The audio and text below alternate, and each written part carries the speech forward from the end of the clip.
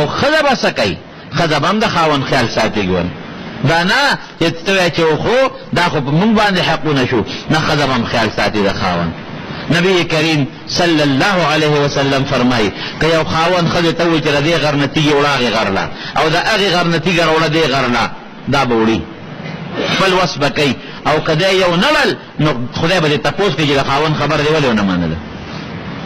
او که دا په تنور ډوډۍ پخوي نیمې ډوډۍ په تنور کې دی او نیمې بار او د خاوند ضرورت ورته پېښ شو اواز یې کړې ډوډۍ دې پرېږدي چې خاوند ته یې پته وي چې ډوډۍ تنور کې دي ورته دې ووایي چې ډوډۍ هغوی سوځېږي دی نو ډوډۍ دې پرېږدي خاوند ته دې راځي.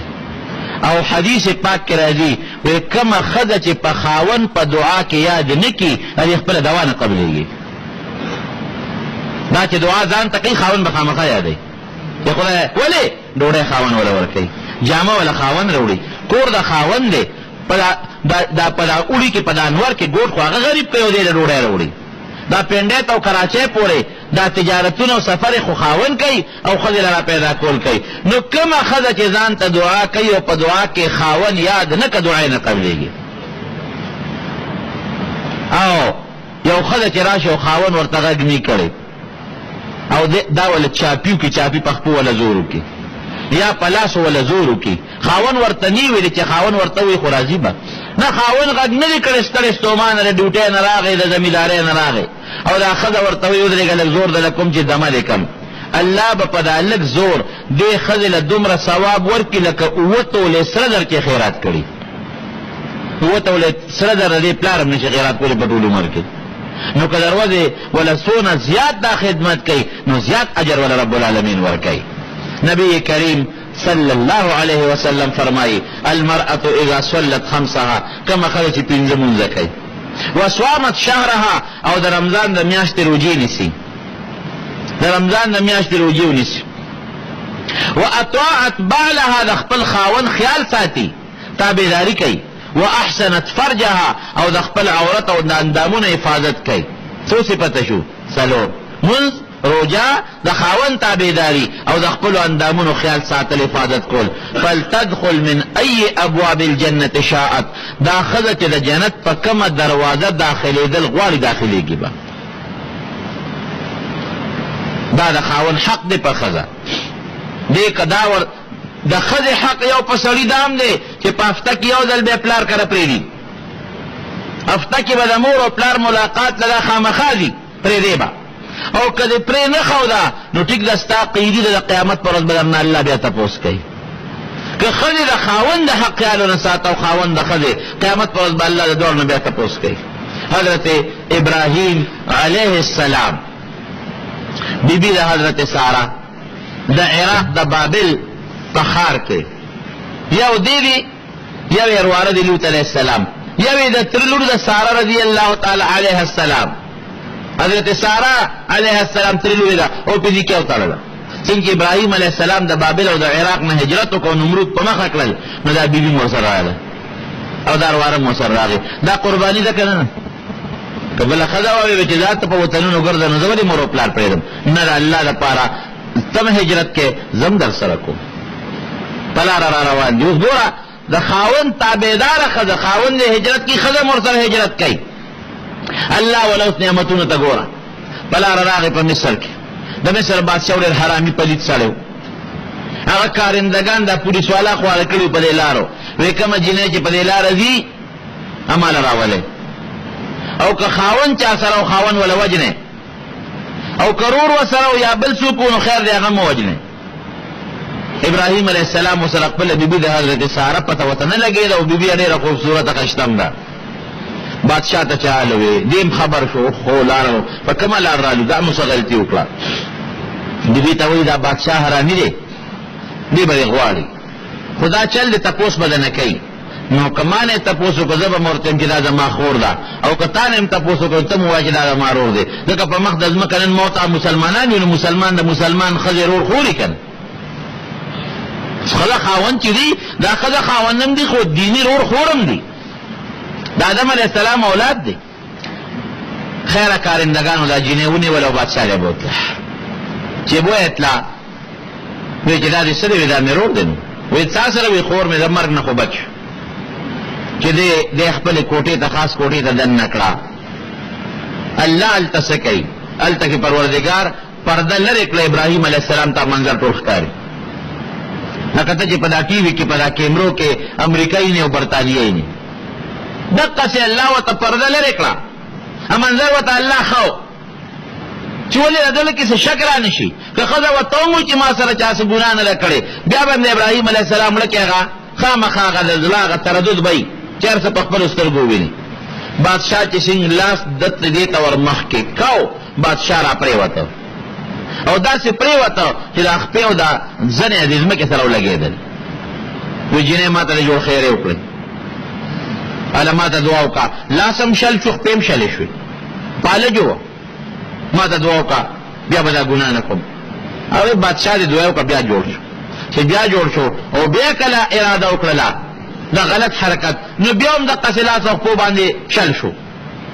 وی جنې ما ته جوړ بیا خیر وکړه، بس دې ځله غلطي درې ځله دا عمل وکړو پرا پرېوته به. اخره کې هغه کارندګان یې راوغوښتل، وي دا مراله پیری راوستله که انسانه ده؟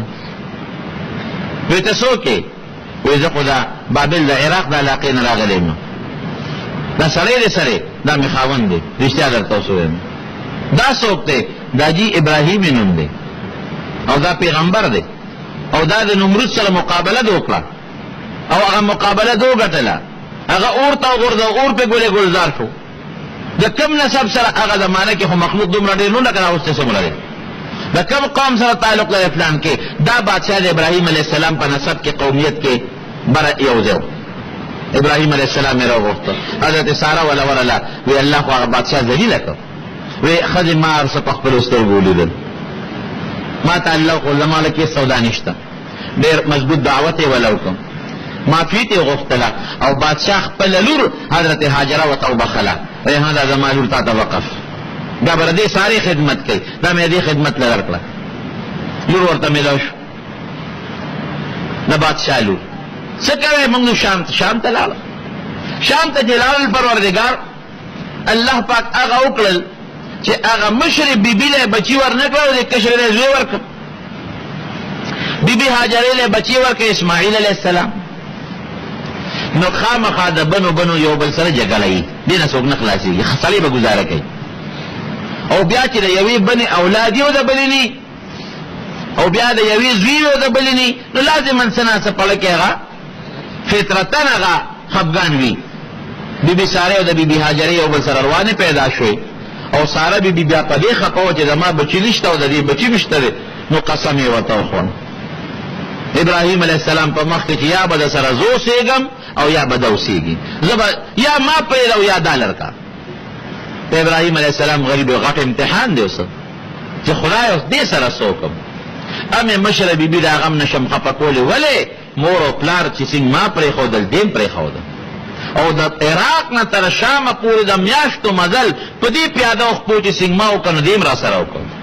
دې هم د دین دپاره مور او پلار پرېښي دي، وطن یې پرېښی دی، هر څه یې پرېښي دي او بچي یې نشته او ما سره ګزاره کوي، نو دا هم نه خفه کوم.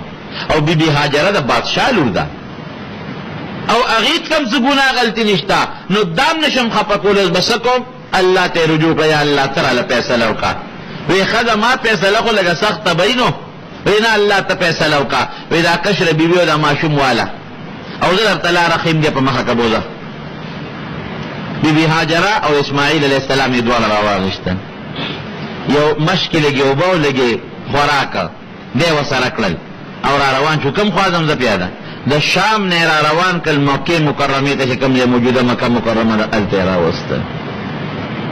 ګران امتحان دی که نه دی؟ یو دش میدان، نه انسان پکې شته، نه پکې آبادي شته او نه کور او کلی شته. سامان یې کېښود او ماشوم بچې چې د ابراهیم علیه السلام عمر 100 ته نږدې دی، هغه وخت کې راکوټې بچې الله ورکړی دی. چې د دې څنګه روان شو، ما تاسو ته تېره جمعه هم ویلي مونږ د بار ځای کې د پکو ضرورت دی ښه، او ټول خلک سبق هم ورته ماشومان وي او منځونه هم ورته خلک کوي، نو چې څه وسته چا کېږي هغه د څادر کې تعاون وکړي، دا بار پکې پې ولګو. بهر کیف خبره مې دې پورې کوله چې ابراهیم علیه السلام ته روان شو، ښځه او بچی یې پرېښودل. دا ښځه ورپسې روانه شوه. ای سړیه مونږ چا ته پرېښودو؟ نو غږ نه کوي. که ورته ګوري ښځې ته خو جلا ورځي. هغه ورپسې بیا ورمنډه کړه. ای سړیه لمن یې نو تا ته ویم که نه؟ دې ځای کې خو نه کور شته او نه څه انسان شته، مونږ چا ته پرېښودو؟ بیا غږ نه کوي. چې ابراهیم علیه السلام ته روان دی، دی بیا ورمنډه کوي، لمن یې ونیو. د مروه پورې ورپسې لاړه. مروه غر نه بار چې کومه دروازه ده غسلخانې دي، اقه چړی پورې ورپسې دا لاړه. دا لمن نه کلک ونیو، ښځې چا ته دې پرېښودو؟ دې غږ نه کوي. ښځه هوښیاره وه، پوه شوه، وایي الله درته ویلي دي. لکه ابراهیم علیه السلام خو د الله پیغمبر دی. نو ابراهیم علیه السلام دا سر داسې وړکاو، دې ته بیا مو نه کتل. بس خو چې دی وایي لمن یې وله پرېښوده. اذن لا یضیعنا، الله به مونږ نه ضایع کوي. ځه په مخه دې ښه، الله به مونږ نه ضایع کوي. هغه ماشوم د مور پی خوري، خوراک خلاص شو، اوبه خلاصې شوې، د مور په سینه کې توج شو. ماشوم ته خوراک نه میلاویږي، په ژړا شو. بی بی هاجره ځي کله صفا غونډۍ ته خېږي او کله د مروه غونډۍ ته منډې وایي که چېرته په دې لاره څوک انسان ځي او لږ تېسه وغواړم، جبریل علیه السلام راځي او د اسماعیل علیه السلام پونده په ځمکه وایي، الله د زمزم چینه راوویسته. حضرت هاجره هغه ځای کې د انسان اواز یې واورېده چې را منډه کړې. ای سړي هر څوک چې د خدای لپاره ما سره امداد وکړه، ماشوم بچی مې دی. چې وی قتل د ماشوم اواز غلی شو، زه بس بچی مې جوړ مړ دی. هلته جبریل علیه السلام د زمزم اوبه پله پر اخېستې دی او بچي له په خوله کې ورکوي. بی بی هاجره چې څنګه راله زر یې ورته بندی واچوي چې د اوبه رانه خوري نه شي. رسول الله مبارک فرمایي زما مور هاجرې باندې د الله رحم وکړي، که دا زمزم لفظ یې نه وی ویلی چې بند شه بند شه او دا بندی ورته نه وی اچولی، د زمزم د اوبو نه به د مشرق نه مغرب پورې علاقه سیراب شوی و، لوی جاري دریاب به ته جوړ شوی. الله پہ رحم وکړه که نه؟ ښه بیا بل رحم ته ګوره. ابراهیم علیه السلام به کله دلته راته د دې بیبي حال پرسان به کو، او کله به هلته د هغه بیبي حال پرسان به کو. هغې له الله بل بچی ورکو، اسحاق علیه السلام. ورېږه تام قرباني کړی د خپل خاوند سره چې تام خوشحاله کړم. بیبي هاجرې هم قرباني وکړه. خاوند ته یې دا ونه وی چې ښه زه خو د بادشاه لور یم، د مې دشتو بیابان کې پرېږدې، زه ځم مصر ته خپل پلار لازم بادشاہ لازم. نه الله درته ویلي دي او الله به هم نه ضایع کوي. نو پروردگار د اسحاق علیه السلام په اولاد کې په زرګاو پیغمبران پیدا کړل، د بیبي سارې په اولاد کې په زرګونو پیغمبران، 4,000 پیغمبران. بل روایت کې 14,000 راځي چې دا پیغمبران الله د بیبي سارې په اولاد کې پیدا کړل. او د بیبي هاجرې اولاد کې الله څوک پیدا کړل؟ د اسماعیل علیه السلام په اولاد کې د دواړو جهانو مبارک سردار محمد رسول الله صلی الله علیه وسلم. بیبي سارې په بچی په اسحاق علیه السلام الله بیت المقدس جوړ کړ، بیت المقدس. او د اسماعیل علیه السلام د بیبي هاجرې په زوی باندې الله بیت الله جوړ کړ. وایه دا اوس ښځه چې د خاوند خیال وساتي نو بیا ته الله داسې ښځه جوړوي لکه د ابراهیم علیه السلام بیبي هاجره او بیبي ساره. ښځه به د خاوند د حق خیال ساتي او خاوند به د ښځې د حق خیال ساتي، د یو بل د حقوقو به خیال ساتي. جون به ښه تېرېږي، جګړې به نه جوړېږي. یو به د یو په بدو ګزاره کوي، بل به د بل په بدو ګزاره کوي. او بیا خصوصا د ښځو متعلق د وفات په وخت کې خیري ټکې درته ووایم، د وفات په وخت کې حضور پاک مبارک یو څو وصیتونه کړي دي. یو یې د ښځو په حق کې کړی دی، النساء، د ښځو خیال وساتئ. وی دا تاسو په لاس کې قیدیانې دي، لکه قیدي چې په جیل کې بند دی. هغه چې د بادشاه خوښه یې پرېږدي که نې خوښه جیل کې پروت دی، دقه رنګې که د خاوند خوښه یې خو پلار کره به ځي او چې نې خوښه نو نه به ځي. دا قیدي ده ستا په کور کې، نو د ښځو به خیال ساتئ. الا اتقوا الله فی النساء، نبی علیہ السلام فرمایي خبردار د ښځو په حق کې د الله نه ګورې ویرېږئ. خبردار د ښځو په حقوقو کې د الله نه ویرېږئ. د پلار کور به پرې نه بند دی. هفته کې یو ځل به د مور پلار ملاقات له خامخا د شریعت حکم دی. بې ځایه ظلم به ورسره نه کې، چېړې به نه، د بعضې ښځو اولاد نه کېږي نو خاوندان یې تنګوي او خاوندان ورته تکلیفونه ورکوي. دا خو د الله خوښه ده، چا له الله اولاد ورکوي، چا چاله خدای زنانه چاله نارینه چاله خدای پاک ورکه او تی واخلي دا د الله خوښه نو دا د ګناهکار به چرم نه کوي په خوراک او د سکاک په څیزونو به ښځو سره جګړې چرته هم نه کوي ګزاره به ورسره کوي او ښځه هم د خاوند د حقوقو خیال ساتي که د خاوند درو دی د ښځې تاجت او که د شپې اجت او که د سهار اجت او که د ماښام او څه قسمه خدمت ورته وي یاره د ګناه په کار کې به د خاوند سره امداد نه کوي د ګناه او د نیکۍ په مسله کې د خاوند سره امداد به نه کوي باقي د خاوند به لحاظ ساتي قدر به ساتي نبی علیہ السلام یو باندیسي سړی راغی وی صاحب وی ما ته یو معجزه وښایه نو زه مسلمان شم وی معجزه درته وښیم او وی ورشه هغه اونه د هغې اونې څانګه ونیسه او ورته وایه زما نوم ورته واله چې هغه دې غواړي دا باندیسي لار ځنګل کې لري یو اونه ولاړه وه د هغې څانګې ونیوله ورته وی نبي علیه السلام دې غواړي دا باندیسي مخکې روانه ورپسې را روانه ده ځمکه شلیږي او پیغمبر علیه السلام له راله او چې څنګه راله نو بیا ورته نبي علیه السلام باندیسي دی بس دی وی او صاحب هغه اونې ته اشاره وکړه ځه واپس هغه خپل ځای له لاړه شه اونه واپس هغه ځای له لاړه باندیسي ته وی څه کې وی بس صاحب زه مسلمانېږم ما ستا معجزه ولیدله زه مسلمانېږم مسلمان شو باندیسي چې مسلمان شو نبی علیه السلام ته وی وی صاحب اجازت راکړه چې دا تندی دله ښکل کړم وی ښکل کړه بیا ورته څه وی وی یو بل اجازت راکړه چې دا خپې دله ښکل کړم وی دا هم ښکل کړه وی صاحب یو دریم اجازت دنه غواړم اڅه دی وی سجده راته کومه چې زه تا ته سجده وکړم وی نه سجده ما سوا د الله نه بل چاته منع ده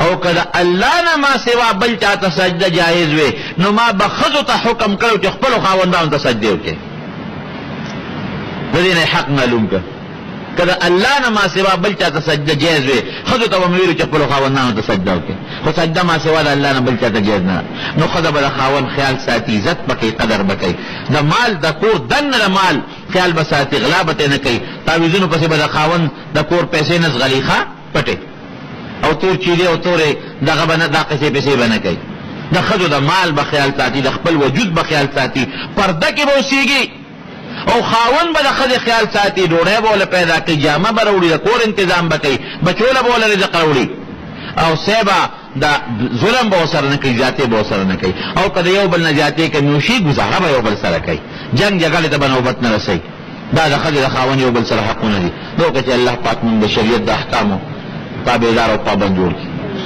او الله تعالی زموږ د غلطو نه وساتي د چا کورونه که یو بل سره روان دي الله ته په روغو باندې بدل کړي ته په صلح بدل کړي تېره جمعه ما هغه د بچو متعلق تقریر کړی د حقونو یو سړي ما ته ټلیفون وکړ وایي چې زوی مې حق کړی و د کوره مې ایستی و د جایداد نه مې محروم کړی و د کرۍ په کور کې اوسېده او زه په خپل کور کې اوسېدم وایي ستا تقریر مې واورېده وایي ښځې ته مې چې ښځې مونږ خپله بنګله کې اوسو او زمونږ بچې مونږ حق کړی دی هغه په پردي کرای کې اوسي او هغه به ځان له مزدورۍ کوي او زمونږ ښه ګزاره کېږي نو چې ستا تقریر مې واورېده وایي سودکۍ مې ونیوه او ویې لاړم هغه زوی پسې او هغه ښځه او هغه زوی او هر څه مې سره د سامان راوستل خپل کور ته مې واپس راوستل وایي توبه مې وویسته وایي ما ښځې ته وایي چې غلطي د ما وه چې ما دې بچي ته اخلاق نه دي ښولی نو په دې باندې الله مسلمان ته خیر رسوي نو دا تقریر هم که څوک هم اوري او د کمې ښځې او د خاوند یو بل سره روانوي د الله د رضا لپاره یو بل سره دې روغ وکړي او که کم خاوند په خپله ښځه دا پابندي لګوي